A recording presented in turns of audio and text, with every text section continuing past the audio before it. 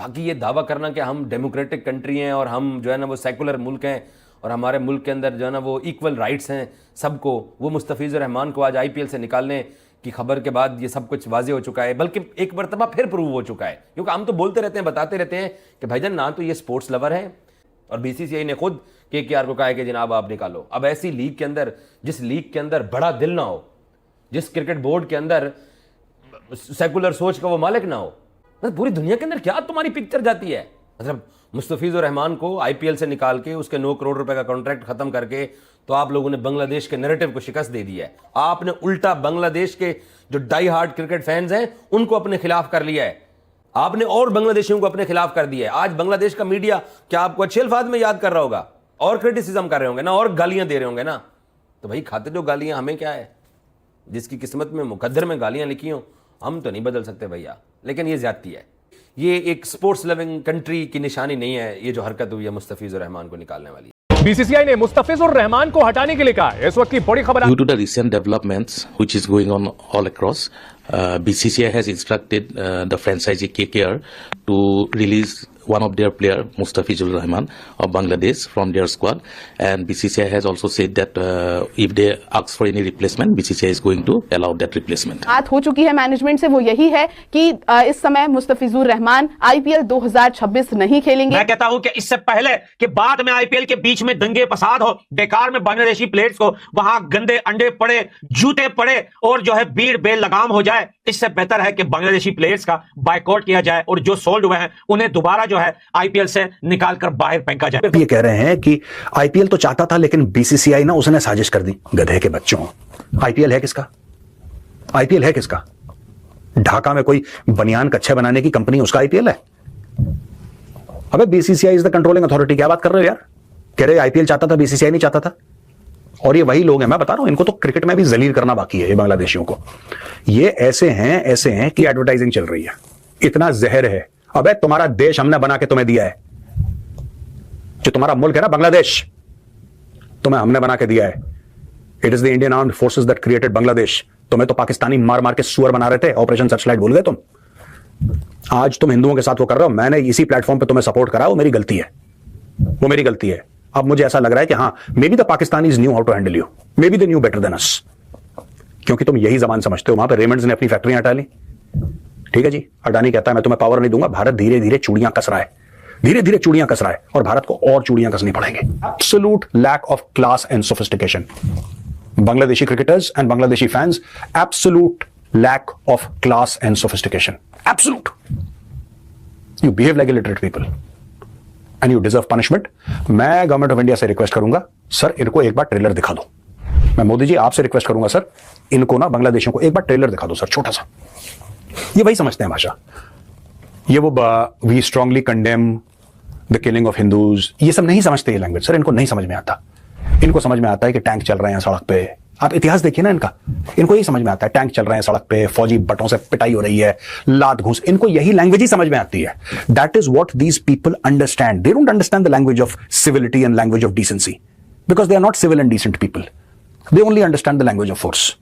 So let us speak to them in the language that they understand. दोस्तों बस मैं इतना कहना चाहता हूं कि आज कांग्रेस पार्टी ने बोला कि वहां पे हिंदुओं को मारा जा रहा है, उनको बचाओ, मुझे अच्छा लगा और मैं धन्यवाद करता हूं कांग्रेस पार्टी को। लेकिन मैं कांग्रेस पार्टी से यह भी कहना चाहता हूं कि साहब जब आप ये सपोर्ट कर रहे हैं ना, तो आप CAA को भी सपोर्ट करिए, क्योंकि एक एक करके हिंदुओं को वहां पे मार देंगे। कि भाई एक तरफ तो बांग्लादेश में हिंदुओं को पीटा जा रहा है, उनको जिंदा जलाया जा रहा है, उनके ऊपर इतने ज्यादा अत्याचार हो रहे हैं वहां पर, और दूसरी तरफ हम उन बांग्लादेश के खिलाड़ियों को IPL में खिला रहे हैं, उनको 9 करोड़ 20 लाख रुपए दे रहे हैं। लोगों ने सवाल शाहरुख खान के ऊपर भी उठाया, जो कि KKR के ओनर हैं, उनके ऊपर सवाल उठाया कि भाई शाहरुख खान हमेशा ही ऐसा क्यों करते हैं। चाहे बात पाकिस्तानी प्लेयर्स की हो, ठीक है, वो कहते हैं कि मेरे जो पिताजी थे वो फैसलाबाद के थे, और उन्होंने हिना रब्बानी खान को भी एक बार एक फंक्शन में कहा था कि वो जाना चाहते हैं पाकिस्तान, कराची जाना चाहते हैं, लाहौर जाना चाहते हैं, अपने बच्चों को ले जाना चाहते हैं। उनकी बहुत अच्छी यादें वहां से जुड़ी हुई हैं, क्योंकि उनके जो फादर हैं वो फैसलाबाद को बिलोंग करते थे। तो लोग यही सवाल पूछ रहे हैं कि शाहरुख खान की टीम में हमेशा से मतलब शोएब अख्तर को वो ले लेते हैं, वसीम अकरम को वो कोच बनाते हैं, है ना।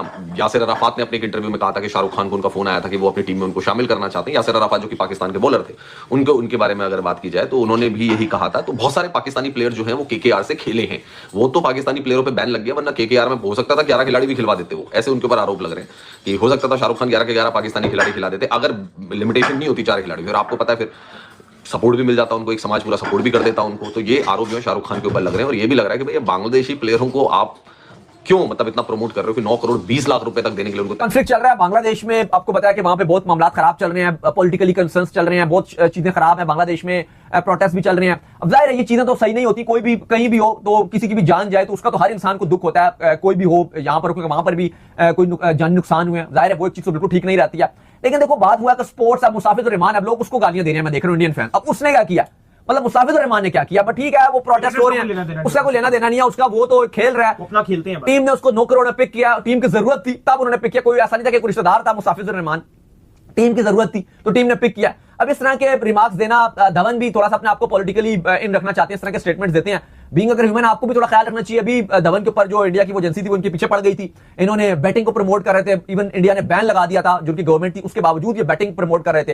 अगर आप इतने तो आपको ये भी सोचना चाहिए कि जो आपके फैंस हैं वो आपको पसंद करते हैं, आपको प्यार करते हैं, तो आपको थोड़ा सा ख्याल रखना चाहिए कि आप अपने फैंस को जुए में मत लगाओ। आपके पास पैसे की कमी है, कितना आपने आईपीएल खेला, इंडिया खेला, आईसीसी इवेंट खेले हैं, जीते भी हैं, चैंपियंस ट्रॉफी भी जीते थे आप 2013 की, मतलब क्या कमी है आपके पास?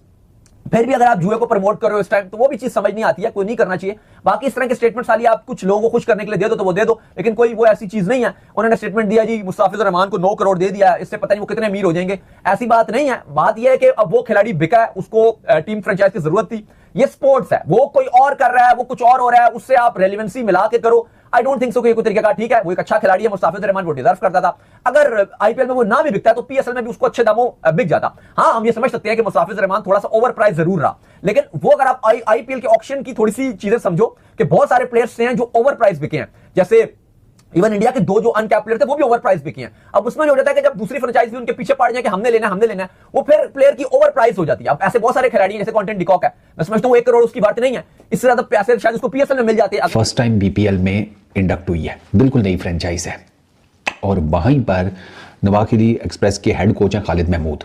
ये बड़ा नाम है बांग्लादेश में, रिस्पेक्टेबल नाम है। खालिद भाई was part of that team जिसने 99 में पाकिस्तान को शिकस्त दी थी, ठीक है, तो खालिद भाई को छोटा नाम नहीं है। और उनके बॉलिंग कोच हैं तलहा जुबैर। सर ये सिलेट इंटरनेशनल क्रिकेट स्टेडियम में प्रैक्टिस सेशन के लिए आते हैं, ठीक है, हेड कोच और बॉलिंग कोच, और वहाँ पर क्या होता है जी कि प्रैक्टिस सेशन में बड़ी लिमिटेड नंबर ऑफ बॉल्स थी। प्रैक्टिस सेशन में नंबर ऑफ बॉल्स लिमिटेड, मतलब कभी आपने ये सोचा है, देखा है, सुना है कि जी प्रैक्टिस सेशन के लिए टीम आई है और गेंदें ही नहीं है, या अगर हैं तो 2 4 5, उनसे बैटिंग कौन करेगा, बॉलिंग कौन करेगा, फील्डिंग की प्रैक्टिस कौन करेगा, बाकी ड्रिल्स कौन करेगा, कैचिंग, दिस, कोई चक्कर ही कोई नहीं। तो खालिद भाई और तल्हा भाई वो दोनों तप गए, ठीक है, उन्होंने जाकर फ्रेंचाइज के जो मालिक हैं उससे बात की, वो तीनों के बीच में बहस हो गई, और बहस हो गई। वो इंटरनेशनल मीडिया रिपोर्ट कर रहा है कि फ्रेंचाइज का जो ओनर है नवाखिली एक्सप्रेस का, उसने बदतमीजी की है ठीक ठाक खालिद भाई और तल्हा भाई के साथ। चलो जी, अच्छा, अब जब ये हुआ है, ये दोनों जनाब किसी से फ़ोन के ऊपर बात करते हुए ना, मोस्ट प्रॉब्लम मेरा ख्याल खालिद भाई कर रहे होंगे, इन्होंने वहीं पे सब कुछ छोड़ा, ये निकले हैं स्टेडियम से बाहर, इन्होंने रिक्शा पकड़ा, ये निकल गए।